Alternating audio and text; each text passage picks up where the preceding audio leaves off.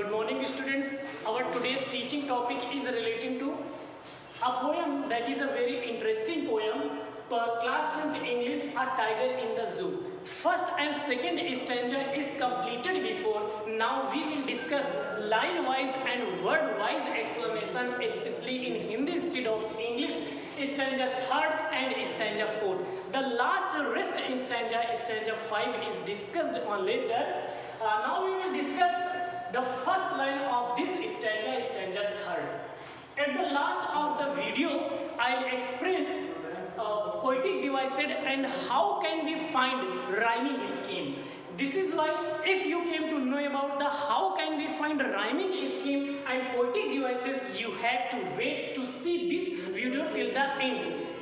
पहली लाइन है, इस पहली लाइन को एक्सप्लेन करेंगे वर्ड वाइज। क्या दिया हुआ है? He should be snarling around houses। यहाँ पे किस टाइगर की बात की जा रहा है? टाइगर जो जू में रहता है या फॉरेस्ट में रहता है। There are two type of tigers who divided into zoo and forest। First tiger की बात कर रहे हैं। He should be snarling। should word लगा हुआ है। अब should वर्ड लगा हुआ है, क्या कह रहा है? उसे करना चाहिए। He word is stand for tiger here। Snarling यानी उसे रोरिंग करना चाहिए, उसे दहाड़ना चाहिए, उसे जो है अपने रियल एक्टिव में रहना चाहिए, रियल पोस्चर्स में रहना चाहिए। अराउंड हाउसेस, अराउंड में घर के चारों तरफ नहीं, कुछ हाउसेस, कुछ बस्तियां जो जंगल के किनारे बसी हुई हैं, तो उसे इस तरह दहाड़ना चाहिए, इस तरह गुर्राना चाहिए कि जो घरों में रहने वाले लोग हैं उन्हें शेर की दहाड़ की आवाज आनी चाहिए। लेकिन जू में रहने वाला टाइगर ऐसा नहीं कर सकता कि उसे अपनी रियलिटीज पता, वो अपनी वास्तविकता को जानता है। जंगल में रहने वाले ऐसे टाइगर करते हैं। एट द जंगल्स एड्स यानी जंगल के किनारे रहने वाले घरों के लोग इस नार्लिंग को सुने। Baring his white fangs his claws. Baring means stop, रोक देना। अपने वाइट फेंस को, जो चहलकदमी है, जो वॉकिंग है, उसे रोक देना चाहिए। हिज क्लास, अपने क्लास से, यानी हर चीज की, हर बात को रोक देना चाहिए, स्टॉप कर देना चाहिए अपनी आवाज से, अपनी दहाड़ से। उसकी ये क्वालिटी होती है और अपनी इस क्वालिटी को वो हमेशा प्रेजेंट करते रहना चाहिए। लेकिन ऐसा करता नहीं है क्योंकि जू में टाइगर है और जू की वास्तविकता टाइगर जानता है। टेरराइजिंग द विलेज मतलब अपनी दहाड़ से, अपनी रोरिंग से, अपनी स्नॉर्लिंग से, अपनी दहाड़ से जो टेरराइज कर देना चाहिए, पूरे विलेज को भयभीत कर देना चाहिए, पूरे विलेज को डरा देना चाहिए। वो विलेज जो फॉरेस्ट के किनारे बसा हुआ है, वो विलेज एक शेर की, एक लॉयन की, टाइगर की आवाज, दहाड़ जब सुनते हैं तो पूरा का पूरा विलेज डर जाता है। ऐसा होना चाहिए। लेकिन आप जानते हैं जू में रहने वाले लॉयंस और टाइगर्स की दहाड़ नहीं होती है। इस तरह से फर्स्ट थर्ड स्टैंजा की मीनिंग है। Now we will discuss stanza 4 meanings line wise and word wise. But he word is stand for tiger. This is why we can use personification. We can say personification figure of speech is used here. Locked in a concrete cell. अब देखिए यहाँ जू में रहने वाले tigers की बात कर रहा है। जू में रहने वाले टाइगर्स क्या करते हैं? कंक्रीट से, यानी जो कंक्रीट से, जो ईंट, बालू, गिट्टी, इन सबसे जो दीवार बनी हुई है, चारों तरफ 4 दीवारें खड़ी है, उसके अंदर जो है, उसके अंदर टाइगर रहता है। तो ही इज लॉक्ड। कौन लॉक्ड हो जाते हैं? यानी जू में रहने वाले टाइगर जो है वो लॉक्ड कर दिए जाते हैं, बंद कर दिए जाते हैं कंक्रीट सेल के अंदर, यानी जू के अंदर। हिज स्ट्रेंथ, उनकी जो स्ट्रेंथ है, बिहाइंड बार्स मतलब रोक दी जाती है, स्टॉप कर दी जाती है, क्योंकि वो इस तरह जू में रहने वाले टाइगर्स की स्ट्रेंथ, टाइगर्स की जो रियल क्वालिटीज है, उसे भी स्टॉप कर दिया जाता है, बंद कर दिया जाता है। Stalking the length of his cage. Stalking the length of his cage, उनकी जो लेंथ है, उनकी जो स्टैमिना है, उनका जो एटीट्यूड है, वो सब उस केज में ही बंद हो जाता है। लेंथ ऑफ हिज केज यानी उस केज में ही। स्टॉकिंग मीन्स वॉकिंग, वो एक लिमिटेड एरिया में रहता है, क्योंकि केज एक लिमिटेड एरिया में रहता है और उनका चलना, उनका फिरना, उनका घूमना एक लिमिटेड एरिया तक ही सीमित रह जाता है। बहुत अधिक वो चल नहीं सकते, घूम नहीं सकते, क्योंकि केज का, जू का एक एरिया लिमिटेड होता है। वो तो टाइगर्स कहीं भी जा सकते हैं, वो आज़ाद होते हैं।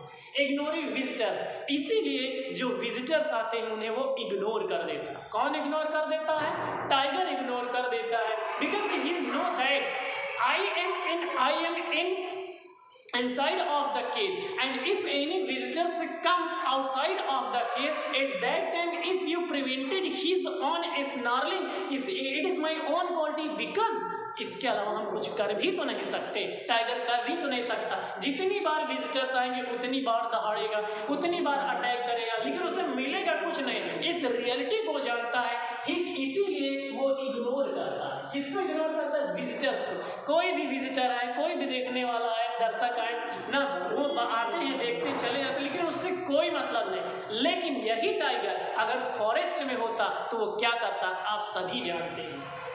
Let's see what the rhyming scheme used here and which type of poetic devices used here. In the first line, rhyming scheme is used ABCD.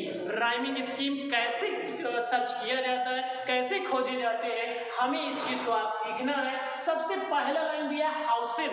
Houses word है, ये किसी से मैच नहीं कर रहा, इसलिए लेटर ए हमने दिया है। लेटर ए क्यों दिया है? क्योंकि अल्फाबेट में सबसे पहले आता है, इसलिए ए लिखे हैं। बाकी एज क्या हाउसेस के साउंड से मिलता है? नहीं मिलता, तो बी नंबर दिया। क्लास क्या हाउसेस या एज से मिलता? नहीं मिलता, तो सी नंबर दिया। अब देखिए विलेज, एज विलेज, दोनों के साउंड्स प्रोड्यूस जो होते हैं वो सेम होते हैं, इसलिए बी नंबर दिया है। तो आपकी जो राइमिंग स्कीम है वो क्या है? ए बी सी, ये राइमिंग स्कीम है आपकी, ठीक है। अब इसमें इस पूरे स्टैंजा में डियर स्टूडेंट्स अनामेटिया यूज किया है। अब अनामेटिया क्या होता है? कुछ लोग इसे अनामोटोपोइया कहते हैं, लेकिन अनामेटिया करेक्ट प्रोनाउंसिएशन।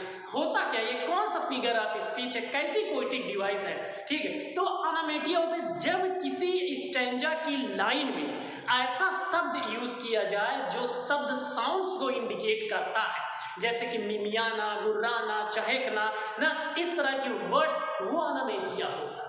तो हमें इस पूरे स्टैंजा में देखा है अनामेटिया वर्ड है कौन सा। लाइन फर्स्ट देखिए, लिखा हुआ है स्नॉर्लिंग। स्नॉर्लिंग का मतलब होता है रोरिंग। रोरिंग का मतलब होता है दहाड़ना, तो ये एक साउंड्स हो गया ना, ये एक आवाज हो गई ना, तो ये हो गया अनामेटिया। ये अनामेटिया जो किसी साउंड्स को इंडिकेट करता है। दूसरी पोएटिक डिवाइस क्या है? एजोनेंस। अब हम जानते हैं एजोनेंस क्या होता है, ये वॉवेल लेटर के साउंड्स को फोकस करता है, डोमिनेट करता है। तो देखिए लाइन फर्स्ट देखते हैं। लाइन फर्स्ट में जैसे ओ दिया हुआ है, इस पे फोकस कर, बार बार रिपीट कर रहा है, ओ वर्ड रिपीट कर रहा है, यहाँ ओ वर्ड, तो ये एजोनेंस हो गया। और ये ओ वॉवेल साउंड्स को प्रोड्यूस करता है। अगर ये कॉन्सोनेंट साउंड्स को प्रोड्यूस करता तो कैजोनेंस हो जाता, ठीक है। तो ये हो गया एजोनेंस। ठीक इसी तरह आई लाइन सेकेंड में दिया हुआ है, नहीं लाइन थर्ड में दिया हुआ है आई वर्ड। लाइन थर्ड देखिए, बॉडी में आई है, हिज में आई है, और वाइट में आई है, या हिज में आई है, तो ये आई वर्ड बार बार रिपीट कर रहा है। तो जब बार बार डोमिनेट कर रहा है, रिपीट कर रहा है ना, तो वो हो गया एजोनेंस। अगर यही आई की जगह कोई कॉन्सोनेंट साउंड्स को प्रोड्यूस करता तो हो जाता कैजोनेंस। जैसे कैजोनेंस को देखिए, मुझे पूरी उम्मीद है कि अब तक आप एजोनेंस, कैजोनेंस, लिटरेशन, दैट मीन सभी पोएटिक डिवाइसेस को बहुत अच्छी तरह से जान गए। नहीं जानते तो इसके पहले ही वीडियो देखिए, उनमें सभी बहुत स्पष्ट, बहुत क्लियरली लैंग्वेज में आपको समझाया गया है। अब देखिए कैजोनेंस लाइन थर्ड में देखिए एस वर्ड, लाइन थर्ड में एस वर्ड है, ये देखिए एस है, ये एस है, ये एस है और ये एस है, बार बार रिपीट किया। अब आप कहेंगे बार बार रिपीट करता है तो आप कहते हैं इलिट्रेशन हो गया। इलिट्रेशन किसी वर्ड्स के सबसे पहले वर्ड्स होते हैं और ये किसी वर्ड्स के मिड में, लास्ट में पहले आ जाएंगे, ठीक है, लास्ट में मिड में आएंगे। सबसे पहले जैसे ये देखिए बी वर्ड है, बी वर्ड है, बिहाइंड बार्स, तो ये इलिट्रेशन होता है। ये अंतर को, डिफरेंसेस को बहुत क्लियरली समझ लीजिए ताकि कोई डाउट न रहे। कैजोनेंस हो गए एस वर्ड, यही इलिट्रेशन होता है। जैसे बी है, फिर यहाँ बी होता, फिर बी होता, तो वो इलिट्रेशन हो जाए। हम स्टैंजा फोर्थ में आपको समझाएंगे इलिट्रेशन क्या है, बस आप देखते रहिए ध्यान से। तो ये हो गया कैजोनेंस, ठीक है। राइमिंग स्कीम ABCD और ये स्टार्लिंग हो गया, एजोनेंस हो गया OI, कैजोनेंस हो गया S। आइए स्टैंजा फोर्थ को देखते हैं। स्टैंजा फोर्थ क्या कह रहा है? कह रहा है इसमें भी जो राइमिंग स्कीम है ABCD, यानी इसकी राइमिंग स्कीम क्या है ABC, यही इसकी राइमिंग स्कीम है। देखिए एजोनेंस लाइन फर्स्ट में क्या है, लाइन फर्स्ट में ई है, ई नंबर है, ई लेटर है और उसके बाद ई लेटर, ई लेटर। एजोनेंस या फिर कैजोनेंस किसी वर्ड के बीच में लास्ट में आएगा, तो ये हो गया ई। एजोनेंस क्यों हो, क्योंकि ई वॉवेल है, ठीक है। कैजोनेंस एस, लाइन सेकेंड देखते हैं। कैजोनेंस देखिए ये लास्ट में है, ये पहले है ना, और उसके बाद ये, यानी कैजोनेंस एजोनेंस किसी शब्द के बीच में आएगा, लास्ट में आएगा, पहले भी आ जाएगा। पहले इलिट्रेशन भी आता है लेकिन वो दूसरे तरीके का होता है, जैसे ये बी नंबर है, बी नंबर, यानी सेम वही वर्ड से स्टार्ट होगा तो वो हो जाएगा इलिट्रेशन।